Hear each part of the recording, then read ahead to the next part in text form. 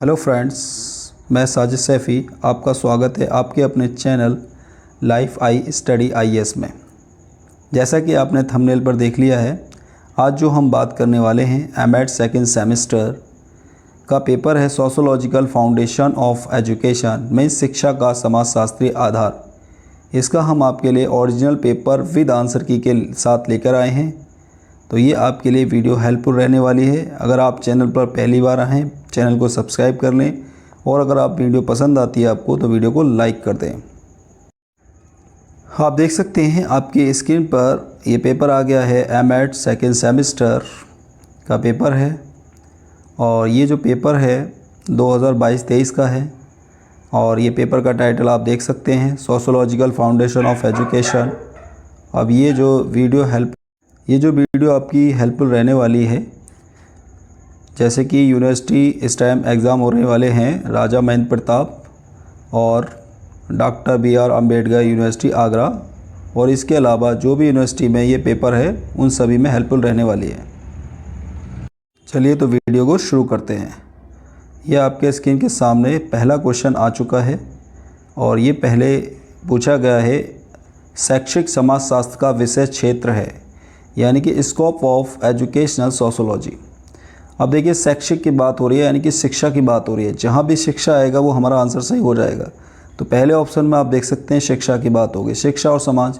दूसरे में संस्कृति और शिक्षा, यहाँ भी शिक्षा की बात होगी। सी ऑप्शन उपयुक्त दोनों, मीन्स इसका जो ऑप्शन हो जाएगा वो सी ऑप्शन करेक्ट आंसर हो जाएगा। सेकंड क्वेश्चन है आपका, व्यक्तिक अध्ययन विधि का प्रतिपादन किसे माना जाता है? तो इसका ऑप्शन आप PB यूंग, गुड एंड हॉट, रिप्ले या कॉम्ट। तो इसका आंसर हो जाएगा रिप्ले। थर्ड क्वेश्चन है, अवलोकन का प्रकार है। तो अवलोकन कितने प्रकार का होता है? औपचारिक अवलोकन, अनौपचारिक अवलोकन, ये बात ठीक है। व्यक्तिगत और सामूहिक, मतलब अवलोकन का मतलब होता है ऑब्जर्वेशन, यहाँ दिया हुआ है। तो ऑब्जर्वेशन हम फॉर्मल इनफॉर्मल कर सकते हैं, इंडिविजुअल भी कर सकते हैं और ग्रुप में भी हम कर सकते हैं, प्लान भी कर सकते हैं, अनप्लान भी। हम प्लान करके भी किसी का ऑब्जर्वेशन कर सकते हैं और किसी को बिना बताए भी ऑब्जर्वेशन कर सकते हैं, अनप्लान में भी। तो इसका जो ऑप्शन हो जाएगा आपका डी ऑप्शन बिल्कुल करेक्ट आंसर हो जाएगा। क्वेश्चन नंबर 4 पर आप देखिए, अगस्त कॉम्टे दार्शनिक हैं। अब ये पूछा गया है, अगस्त कॉम्टे जो दार्शनिक थे कहाँ के दार्शनिक थे? तो पहला ऑप्शन आपको दिया अमेरिका के थे, या फिर फ्रांसीसी थे, या फिर यूनानी थे, या फिर कोई नहीं। तो इसका जो ऑप्शन सही हो जाएगा, बी ऑप्शन सही हो जाएगा, फ्रांसीसी। Question number 5, mind self and society नामक पुस्तक की रचना किसने की?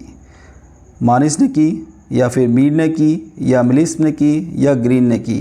तो इसका करेक्ट आंसर है आपका मीड। क्वेश्चन नंबर 6, निम्न में से किसका संबंध समानता से नहीं है? तो ये कहना चाह रहे हैं कि किसका संबंध जो है समानता से नहीं रिलेशन करता है।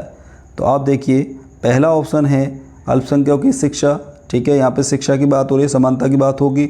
विकलांगों की शिक्षा, यहाँ भी शिक्षा की बात हो रही है। प्रवेश के नियम, जब आप एडमिशन कराते हैं, रूल्स रेगुलेशन बनाते हैं, तो उसमें भी जो है समानता की बात होती है।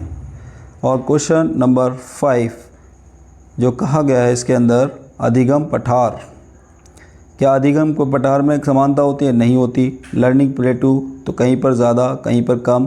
पठार जब बनता है तो कहीं पर ज़्यादा और कहीं पर कम बनता है। तो यहाँ पर समानता की बात नहीं हुई है।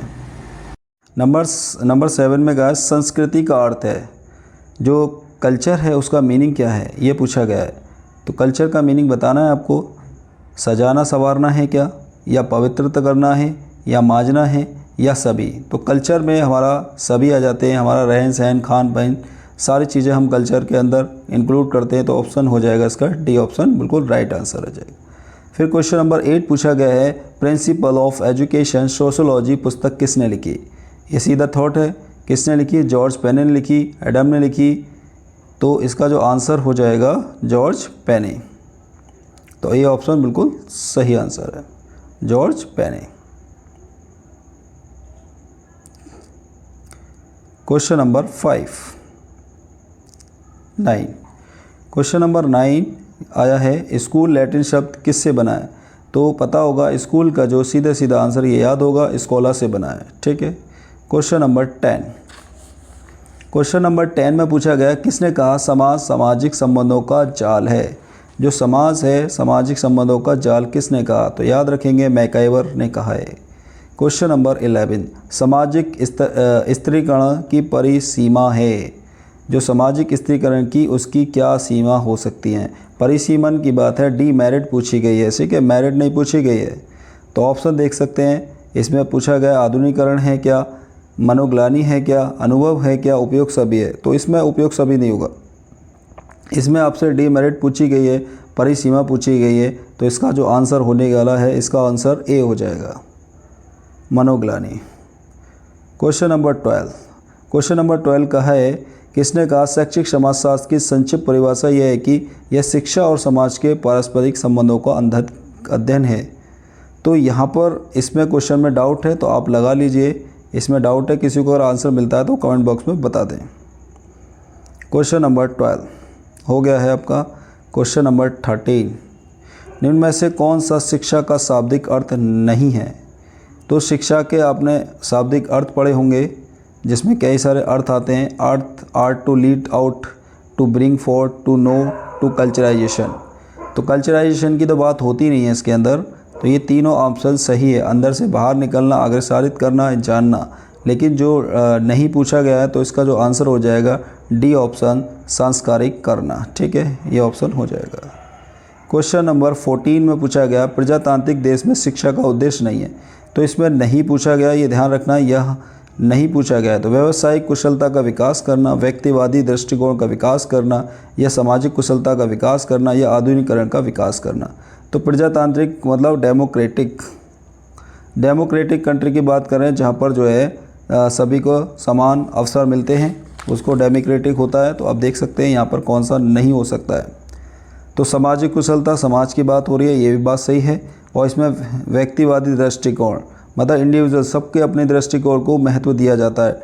डेवलपमेंट, वोकेशनल एफिशिएंसी, सभी को काम करने की अपनी एफिशिएंसी है। और लेकिन जो ऑप्शन नंबर यहाँ पर डी बैठ रहा है ना, वो इसका आंसर नहीं है, ये इसका उद्देश्य नहीं है। क्वेश्चन नंबर 15 में पूछा गया है बालक एक कोरी स्लेट है जिस पर शिक्षक कलात्मक क्रिया करता है, यह कथन शिक्षा को दर्शाता है।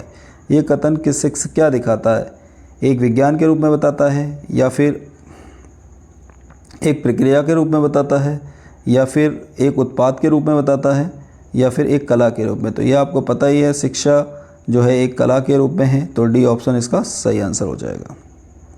क्वेश्चन नंबर 16 पूछा गया है शिक्षा में सामाजिक महत्व देना चाहिए क्योंकि। शिक्षा में सामाजिक महत्व क्यों देना चाहिए, ये आपको बताना है। प्रजातांत्रिक नागरिक के विकास के हेतु देना चाहिए, या स्वास्थ्य के लिए देना चाहिए, स्वार्थपूर्ण व्यक्तित्व के विकास के देना चाहिए, व्यक्तिगत इच्छाओं या आकांक्षाओं को विकास के लिए देना चाहिए, या व्यक्तिगत स्वतंत्रता में हनन के लिए देना चाहिए।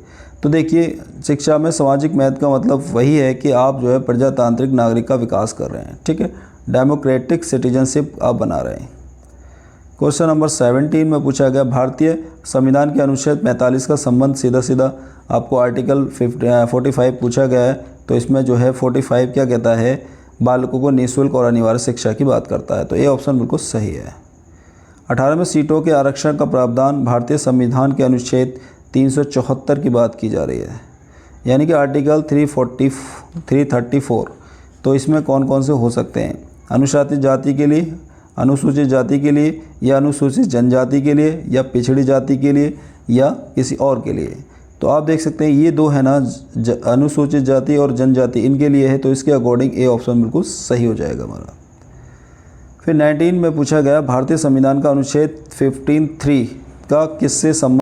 तो इसका संबंध किससे है, सीधा सीधा पूछा गया है। तो पता होगा 15 का थर्ड पार्ट ये कहता है महिला एवं बालकों की शिक्षा से संबंध है इसका। ठीक है, नेक्स्ट क्वेश्चन, शैक्षिक अवसरों की समानता से अभिप्राय प्रत्येक व्यक्ति को स्वयं के। शैक्षिक अवसर की समानता से मतलब क्या है, विकास के अवसर देना, बिल्कुल सही बात है, विकास के अवसर दिए जाएंगे। व्यक्तिगत क्षमता के आधार पर विकास करना, ये भी बात सही है, उनकी जो क्षमता है उसके अकॉर्डिंग वो विकास करें। तो इसका जो ऑप्शन सी हो जाएगा बिल्कुल करेक्ट आंसर हो जाएगा। इसी तरह से 21 निम्न में से कौन सा सामाजिक समानता का प्रकार नहीं है। सामाजिक समानता का प्रकार नहीं है। तो देखिए, राजनीतिक समानता, परिमाणों की समानता, या स्थिति में समानता, या अवसरों की समानता, यानी कि पॉलिटिकल इक्वलिटी की बात कर रहे हैं, या फिर परिमाणों की समानता की बात कर रहे हैं। तो इसमें देख सकते हैं बात हो रही है कि कौन सा जो है सोशल की बात हो रही है ना, सोशल सामाजिक। तो इसमें आप देख सकते हैं बी वाला, परिमाणों की समानता, इक्वालिटी ऑफ आउटकम्स, जो आउटकम्स हो रहे हैं निकल के आ रहे हैं उससे क्या इसका कोई समानता से रिलेशन नहीं है, तो इसका जो है प्रकार ये नहीं होगा। 22 में पूछा गया है कि निम्न में से कौन सा सामाजिक गतिशीलता का प्रकार नहीं है। तो सामाजिक जो गतिशीलता यानी कि बात कर रहे हैं सोशल मोबिलिटी का जो प्रकार है वो नहीं है। तो ये होता है, ये हॉरिजॉन्टल मोबिलिटी यानी कि शैक्षिक भी होता है, उच्च भी होता है, और इसमें निम्न भी होता है, लेकिन जातीय गतिशीलता ये नहीं होता। 23 क्वेश्चन पूछा गया है शैक्षिक गतिशीलता से अभिप्राय, इसका मीनिंग क्या है। औपचारिक शिक्षा के स्तरों में परिवर्तन करना, या समाज की परंपराओं में परिवर्तन करना, या व्यक्तित्व के व्यवहार में परिवर्तन करना, या उपयुक्त में सभी। तो जो इसका आंसर हो जाएगा डी नहीं होगा, इसका जो आंसर होगा औपचारिक शिक्षा के स्तरों में परिवर्तन। 24 का आ जाते हैं, निम्न में से कौन सा मूल्य समाज में परिवर्तन नहीं लाता। तो ऐसा कौन सा मूल्य है जो समाज में परिवर्तन लाता ही नहीं है। सामाजिक तत्वों में परिवर्तन, ये कर सकते हैं आप, विज्ञान में परिवर्तन, या नीतियों में परिवर्तन, या फिर तकनीकी में परिवर्तन। तो ये देख सकते हैं इनमें से कौन सा मूल्य समाज में परिवर्तन नहीं लाता। तो सामाजिक तत्वों में परिवर्तन, ये चेंज इन साइंस, या चेंज इन सोशल एलिमेंट, या चेंज इन टेक्नोलॉजी, या चेंज इन पॉलिटिक्स। तो यहाँ जो आंसर होगा विज्ञान में परिवर्तन, इसका करेक्ट आंसर विज्ञान में परिवर्तन। क्वेश्चन नंबर 25 में पूछा गया है शिक्षा और सामाजिक परिवर्तन से अभिप्राय क्या है। शिक्षा और सामाजिक परिवर्तन से क्या अभिप्राय है। अभिवृद्धियों में परिवर्तन, या मूल्य में परिवर्तन, या परंपरा में परिवर्तन, या उपयोग में सभी। तो ये क्या है, शिक्षा और समाज में परिवर्तन की बात कर रहे हैं, तो उसके जो एटीट्यूड में परिवर्तन हो जाएगा, वैल्यू में परिवर्तन होगा, कस्टम में परिवर्तन होगा। तो इसका जो डी ऑप्शन है बिल्कुल सही आंसर हो जाएगा। फिर क्वेश्चन नंबर 26, आधुनिकीकरण का प्रमुख क्षेत्र माना जाता है, यानी कि मॉडर्नाइजेशन जो हो रहा है, आधुनिकीकरण हो रहा है इस टाइम, उसका क्या जो है क्षेत्र मान सकते हैं। तो यहाँ पर देख सकते हैं भौतिक क्षेत्र भी मान सकते हैं, सामाजिक संस्थाओं का क्षेत्र ये भी ठीक है, ज्ञान और मूल्य ये भी ठीक है। तो इसका डी ऑप्शन बिल्कुल सही हो जाएगा। क्वेश्चन नंबर 27 कह रहा है कि आधुनिकीकरण की प्रक्रिया का प्रभाव नहीं पड़ता। जो आधुनिकीकरण है, जो मॉडर्नाइजेशन हो रहा है, उस पर किसका प्रभाव नहीं पड़ रहा है। समाज का प्रभाव बिल्कुल पड़ेगा, आधुनिकीकरण होगा तो समाज में भी बदलाव होगा। उद्योग पर सामाजिक भेदभाव, जी हाँ, सामाजिकरण में भेदभाव भी आ सकता है। आर्थिक व्यवस्था में भी चेंजेस होगा, अच्छा मॉडर्नाइजेशन होगा तो अच्छी आर्थिक स्थिति बढ़ेगी। तो उद्योग वाला ये जो है नहीं पड़ेगा, इससे जो है आधुनिकीकरण पे कोई इफेक्ट नहीं पड़ेगा। क्वेश्चन नंबर 28 में पूछा गया है कि आधुनिकीकरण की एक प्रक्रिया है, तो कैसी प्रक्रिया है। निरंतर चलने वाली, बिल्कुल सही है। एक खुली प्रक्रिया है, तो इसका ऑप्शन हो जाएगा सी ऑप्शन बिल्कुल सही हो जाएगा। फिर नेक्स्ट पूछा गया निम्न में से कौन सा सामाजिक संतुलन का आधार है। तो ये पूछा गया सामाजिक संतुलन का आधार कौन सा है। व्यवसाय, बिल्कुल सही बात है। आर्थिक स्थिति ये भी ठीक है, ज्ञान और क्षमता ये भी ठीक है। तो इसका जो डी ऑप्शन है बिल्कुल सही आंसर हो जाएगा। क्वेश्चन नंबर 30 में पूछा गया है कि निम्न में से कौन सा कथन किसने दिया है कि सामाजिक संतुष्ट समाज की क्षेत्रीय विभाजन को उच्च एवं निम्न सामाजिक इकाइयों में बांटता है। तो इसका जो है सीधा याद रखना है और रखेंगे इसका रेमंड डब्ल्यू मूरे, इसका बिल्कुल करेक्ट आंसर। 31 का है विद्यालय समुदायों का लक्ष्य गुणवत्ता प्रबंध के लिए प्लेटफॉर्म प्रदान करना है। तो शिक्षा एवं छात्र के मध्य करना है, या फिर शिक्षक एवं अभिभावक के मध्य करना है, या फिर बताइए, या दोनों के बीच करना है, या इनमें से कोई नहीं। तो देखिए यहाँ पर शिक्षक समुदाय को लक्ष्य शिक्षक साथ में तो करना ही करना है। अब जब शिक्षक पेरेंट्स मीटिंग होती है तो यहाँ पर अभिभावक की बात हो रही है पेरेंट्स मीटिंग की, तो वहाँ पे भी इनका भी करना है। तो इसका ऑप्शन सी बिल्कुल करेक्ट आंसर हो जाएगा। फिर क्वेश्चन नंबर 32 कह रहा है कि समुदाय अधिगम और विकास का उद्देश्य क्या है। जो समुदाय अधिगम है, समुदायों से जो सीख रहे हैं, और विकास के उद्देश्य क्या हैं, इनके क्या उद्देश्य हो सकते हैं। व्यक्तिगत क्षमताओं का विकास करना, बिल्कुल व्यक्ति जो भी इनकी जो है इंडिविजुअल जो क्षमता है उनको विकास कर सकते हैं। समुदायों की क्षमता, जो समुदाय, तो यहाँ पे समुदाय की बात हो रही है तो समुदायों की क्षमता तो करनी पड़ेगी। फिर संगठनात्मक कार्यक्रम की उन्नति करना। जब समुदाय है तो संगठन भी होगा इनका, तो इसका डी ऑप्शन बिल्कुल सही हो जाएगा। तो इसका डी ऑप्शन सही हो जाएगा। फिर है 33 में पूछा गया निम्न में से कौन सा भारत में उच्च शिक्षा का अभिकरण नहीं है। भारत में उच्च शिक्षा का अभिकरण नहीं है।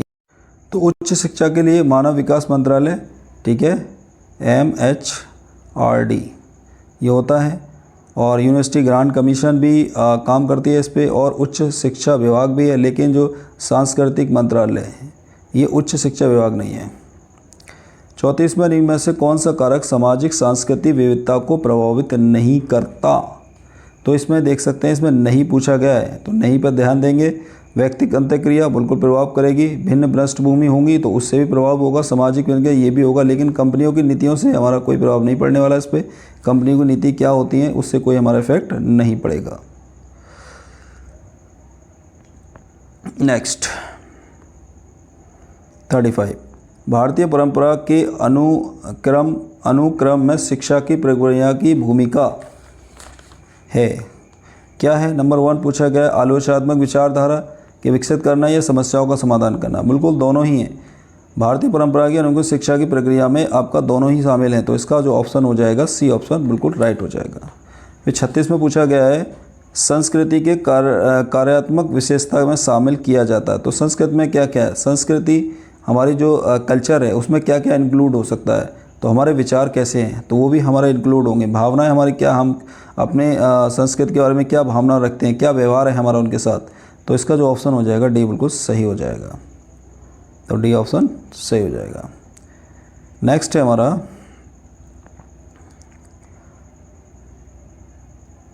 संस्कृति में शामिल हो गया 36। अब 37 संस्कृति में शामिल है। अब यहाँ भी वही पूछा गया संस्कृति में क्या क्या शामिल हो सकता है, तो संस्कृति में शामिल होने के लिए व्यवहार के संकेत, भाषा भी, धर्म भी सभी आ जाएंगे हमारे पास। ठीक है। इनमें से कौन सा सामाजिक व्यवस्था का प्रकार नहीं है? तो सामाजिक व्यवस्था की बात हो रही है, तो ये सामाजिक प्राणी या संगठन प्राणी या राजनीतिक प्राणी या अंत्य प्राणी। तो देखिए यहाँ पर पूछा सामाजिक व्यवस्था मीन्स सोशल सिस्टम के अंदर क्या नहीं है। तो सोशल सिस्टम में सामाजिक तो होगा ही, सोशल की बात कर रहा, सामाजिक में सामाजिक होगा। अब सामाजिक होगा तो वो संगठन भी बनेगा, समाज के साथ संगठन बनेंगे, उसमें राजनीतिक भी प्राणी आएगी, लेकिन अंत्य क्रियात्मक प्राणी नहीं है। ठीक है, तो इसका डी ऑप्शन सही हो जाएगा। 38 का 39 का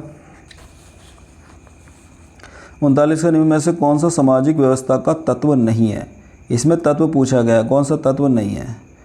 तो सामाजिक व्यवस्था की बात कर रहे हैं। ठीक है, इसमें देख सकते हैं विश्वास विज्ञान है क्या, स्थिति और भूमिका है, आर्थिक स्थिति है, स्वीकृति और सुविधाएं। तो इसमें जो है इसका तत्व नहीं है, सोशल सिस्टम का तत्व नहीं है, तो ऑप्शन याद रखेंगे विश्वास एवं विज्ञान, ये नहीं होगा, ज्ञान नहीं होगा। फिर 40 क्वेश्चन पूछा गया है कि the principles of education sociology पुस्तक किसके द्वारा लिखी? तो याद रखेंगे जॉर्ज पेने के द्वारा लिखी गई थी। क्वेश्चन नंबर 41 का निम्न में से कौन सा कथन समाजशास्त्र व्यक्ति के गुणों का व्यवहारिक अध्ययन? तो इसका जो है क्वेश्चन का आंसर थोड़ा डाउट है, तो इसको आप देख लीजिएगा क्या रहेगा। 42 में पूछा गया समाजशास्त्र अध्ययन किया जाता है। जो समाजशास्त्र यानी कि सोशोलॉजी है, तो सोशोलॉजी आप पढ़ रहे हो तो ये पता होना चाहिए किसका अध्ययन करता है, तो सामाजिक का तो करेंगे, समाजशास्त्र है, सामाजिक का तो होगा, सोशल का तो होगा, और समाज यहाँ भी आया, ये भी ठीक है, तो डी ऑप्शन सही हो जाएगा। 43 पूछा गया शिक्षा के सामाजिक पक्ष पर बल दिया जाता है। तो शिक्षा के सामाजिक किस पक्ष पर बल दिया जाता है, किसने कहा? तो ये कहा गया है, याद रखेंगे, जॉन डेवी के द्वारा।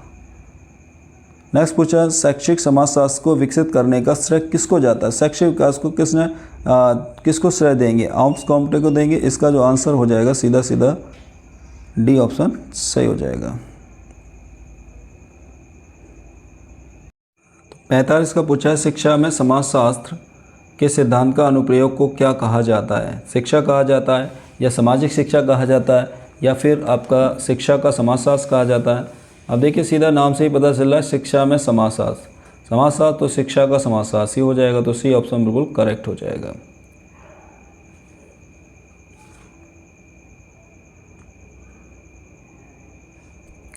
तो ये शिक्षा का समाजशास्त्र हो गया कंप्लीट। 46 क्वेश्चन पूछा गया भारत में शिक्षा का उत्तरदायित्व कौन है? तो बताइए भारत में शिक्षा का उत्तरदायित्व केंद्र सरकार है या राज्य सरकार या दोनों? तो दोनों ही हैं। शिक्षा के लिए दोनों वहन करती हैं, दोनों ही खर्च करती हैं, चाहे राज्य सरकार हो चाहे केंद्र सरकार हो, दोनों ही मिलाकर खर्च कर रही हैं जो भी बजट बनता है। ठीक है, क्वेश्चन नंबर 47, भारतीय समाजशास्त्र के जनक। ये तो आसान है, सीधा सीधा क्वेश्चन पूछा जा रहा है। तो कौन कौन है ये बताना है आपको। भारतीय समाज के जनक जो हैं, भारत की बात हो रही है तो ध्यान रखेंगे जी.एस. गुर्रे। तो इसका जो ऑप्शन ए होगा बिल्कुल सही हो जाएगा, जी.एस. गुर्रे। 48 पूछा है, निम्न में से समाज के स्तर के गठन में किसका योगदान है। तो समाज का जब गठन किया जाता है तो किसका योगदान रहता है ये बताना। असमानता का, विभाजन का या वर्गीकरण का, या फिर आपका, तो बताइए यहाँ पर असमानता और वर्गीकरण कैसे हो सकता है, बिल्कुल नहीं हो सकता। दूसरा आर्थिक, सामाजिक और राजनीतिक कारक, या फिर इसमें वर्ग, शक्ति या रचना, या फिर मनोविज्ञान कारक। तो याद रखेंगे इसमें जो है आर्थिक, सामाजिक और राजनीतिक कारक, ये जो है हमारे संगठन की बात करते हैं, समाज के स्तर के गठन के योगदान देते हैं। फिर 49 का पूछा गया, विद्यालय में सामाजिक एजेंट कहा जाता है। तो विद्यालय में जो विद्यालय को सामाजिक एजेंट कहा जा सकता है, क्यों कहा जाता है उसको एजेंट? यह ज्ञान का संचार करता है, ठीक है, मे भी हो सकता है। यह अधिकारों और कर्तव्यों के बारे में, ठीक है। फिर तीसरा दिया है, यह परंपराओं और मूल्यों के बारे में ज्ञान को प्रदान करता है, या विविध गतियों को। तो इसमें सबसे बेस्ट जो आंसर है आपका सी ऑप्शन बिल्कुल सही है। यह परंपराओं और मूल्यों के बारे में ज्ञान का, यानी कि जो हमारी परंपरा है उसको भी ज्ञान देता है, और जो हमारे मूल्य हैं, वैल्यूज़ हैं, उसको भी हमें ज्ञान देता है। क्वेश्चन नंबर 50, सीधा सीधा क्वेश्चन पूछा गया है कि बताइए भारत में कुल कितने भाषाएँ, मुख्य भाषाएँ बोली जाती हैं। तो भारत में मुख्य भाषाएँ 22 हैं, ये याद रखेंगे। फिर 51 क्वेश्चन सीधा पूछा गया है कि बताइए भारत में वांछित सामाजिक परिवर्तन लाने के लिए क्या अधिक महत्वपूर्ण है। तो हम भारत में वांछित परिवर्तन लाना चाह रहे हैं तो क्या हमारे लिए महत्वपूर्ण हो सकता है, ये हमें बताना। भौतिक संसाधन हो सकता है, या मानव संसाधन, या सामाजिक संसाधनों का विकास, या फिर प्राकृतिक विकास। तो यहाँ पे देख सकते हैं सोशोलॉजी की बात हो रही है तो सामाजिक संसाधन की बहुत ही हमारे लिए ज़रूरत है, उसका आंसर सी हो जाएगा। और 52 का हो जाएगा, शैक्षिक समाजशास्त्र के अध्ययन विधि है। तो अध्ययन विधि क्या है? सांख्यिक विधि है, सांख्यिकी विधि है, सामाजिक शोध विधि है, या उपयुक्त तो दोनों हैं, या फिर जो भी है। तो अब देखिए दोनों ही है। तो अब देखिए यहाँ पर जो है शैक्षिक समाजशास्त्र के अध्ययन जब हम करते हैं तो सांख्यिकी, स्टैटिस्टिक्स का भी यूज़ करते हैं, और सामाजिक शोध विधि का भी, सोशल का यूज़ करते हैं। तो इसलिए इसका आंसर सी हो जाएगा। फिर पूछा है कि 53 में किसने कहा सांस्कृतिक विचार और सौंदर्य व मानवीय भावनाओं को सहायता की क्रिया है। ये किसने कहा है? ये किसने कहा है? ये कहा है आपका व्हाइटहेड ने। Question number 54। और देखिए अगर आपको आंसर इसके समझ में आ रहे हैं या वीडियो पसंद आ रही है तो आप लाइक कर दीजिए, और अगर चैनल को सब्सक्राइब नहीं किया तो चैनल को सब्सक्राइब कर दीजिए। तो अब क्वेश्चन नंबर 54 में पूछा गया, मैकाइवर एवं पेज के सांस्कृतिक के अवयवों को कितने भागों में बांटा गया? तो ये जो आंसर है इसका ए ऑप्शन बिल्कुल सही है, 6 भागों में बांटा गया है। फिर क्वेश्चन नंबर 54 में पूछा है, शिक्षा और समाज में संबंध मिलता है। तो शिक्षा समाज में कैसा संबंध मिलता है? प्राचीन ठीक है, समाज में मिलता है। प्रजातांत्रिक, आधुनिक, बिल्कुल सी ऑप्शन बिल्कुल सही हो जाएगा इसका। क्वेश्चन नंबर 56 पूछा है, बालक के समाजीकरण में प्रमुख भूमिका कौन निभाता है? तो देखो बालक का जब समाजीकरण होता है तो परिवार भी साथ होता है इसमें। जो समाजीकरण, समाज में खेलता कूदता परिवार के साथ सीखता है, फिर विद्यालय में जाता है वहाँ भी सीखता है, और फिर समाज के साथ तो है ही है। तो डी ऑप्शन बिल्कुल सही हो जाएगा। 57 में पूछा गया है कि निम्न में से किसी संस्कृति का तत्व नहीं समझ जा सकता। मतलब कौन सा जो तत्व है जो संस्कृति का नहीं हो सकता, ये आपको बताना है। सामाजिक संस्था ये भी हो सकती है, क्योंकि संस्कृति है हमारे कल्चर है, तो हमारा रहन सहन, खान पीन, धर्म, ये सारी चीज़ें हम आ जाते हैं कि हम कैसा रहते हैं, कैसे खाते हैं, अकॉर्डिंग टू अपने कल्चर की बात हो रही है। तो यहाँ पे देखो सामाजिक संस्था ये भी हमारे अकॉर्डिंग हो सकती है। आध्यात्मिक, हम कितना अपने आध्यात्मिक, मानव संसाधन ये भी आपका हो सकता है, लेकिन भौतिक संसाधन ये जो है आपका जो है कल्चर का भाग नहीं है। नेक्स्ट क्वेश्चन पूछा है, सामाजिक स्त्रीकरण के आधार हैं। सोशल स्टेरिफिकेशन के क्या आधार हो सकते हैं ये बताना है।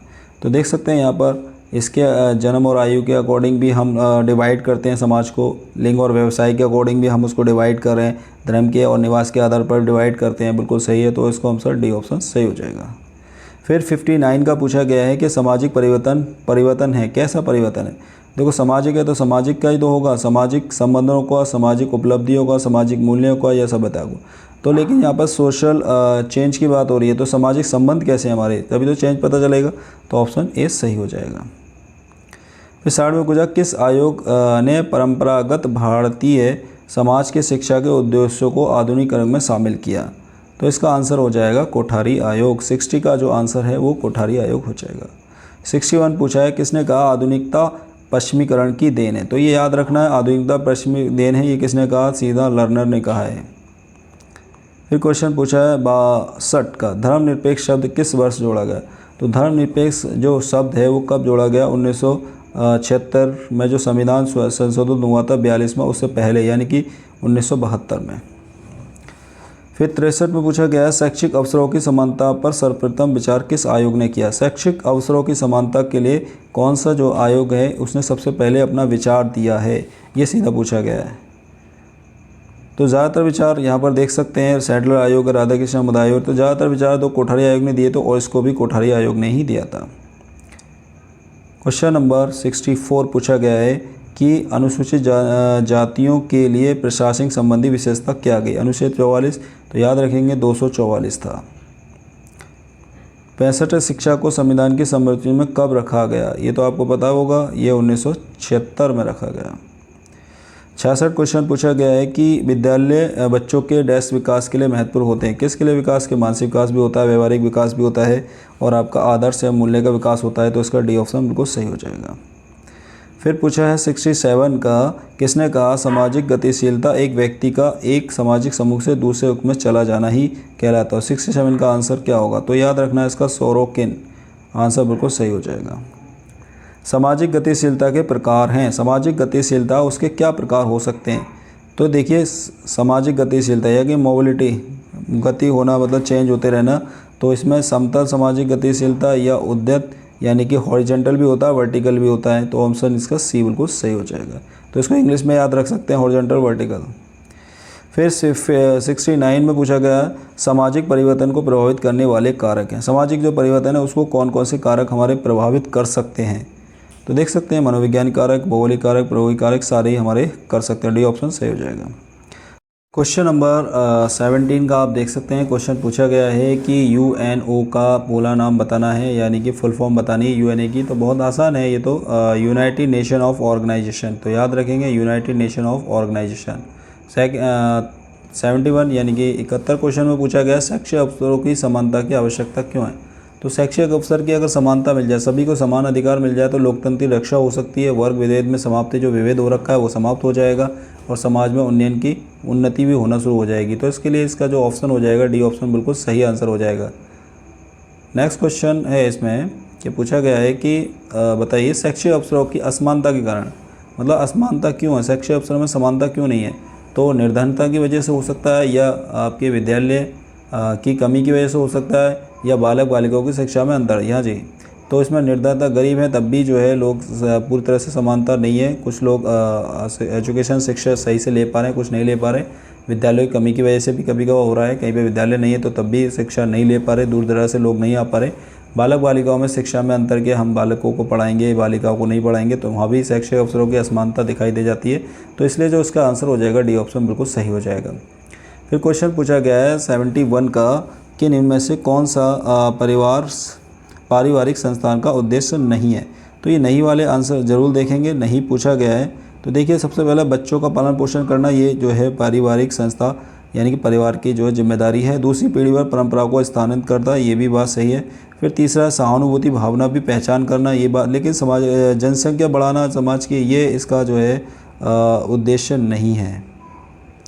क्वेश्चन नंबर 74 में पूछा गया है कि बताइए कि किसने कहा कि समाज में नैतिक शिक्षा आवश्यक है। तो इसका याद रखिए ए ऑप्शन बिल्कुल सही हो जाएगा, इमाइल दुर्खीम ने बताया है। क्वेश्चन नंबर 75 में ये बड़े इंपॉर्टेंट क्वेश्चन है, समाजशास्त्र के जनक, ये पूछता है। तो याद रखेंगे अगस्त कॉम्टे। तो ये थे आपके 75 क्वेश्चन पूरे कंप्लीट हो चुके हैं, और ये इसके विद आंसर की में सिर्फ 2 क्वेश्चन है जो डाउट हैं। तो अगर आपको आंसर मिलते हैं तो आप जो कमेंट बॉक्स में कर दीजिए, या आपको कौन सा पेपर और सॉल्व कराना है वो भी आप कमेंट करके बता सकते हैं। अगर आपको वीडियो अच्छी लगी तो वीडियो को लाइक कर दीजिएगा, और चैनल को सब्सक्राइब नहीं किया तो चैनल को सब्सक्राइब कर दिएगा। Thank you.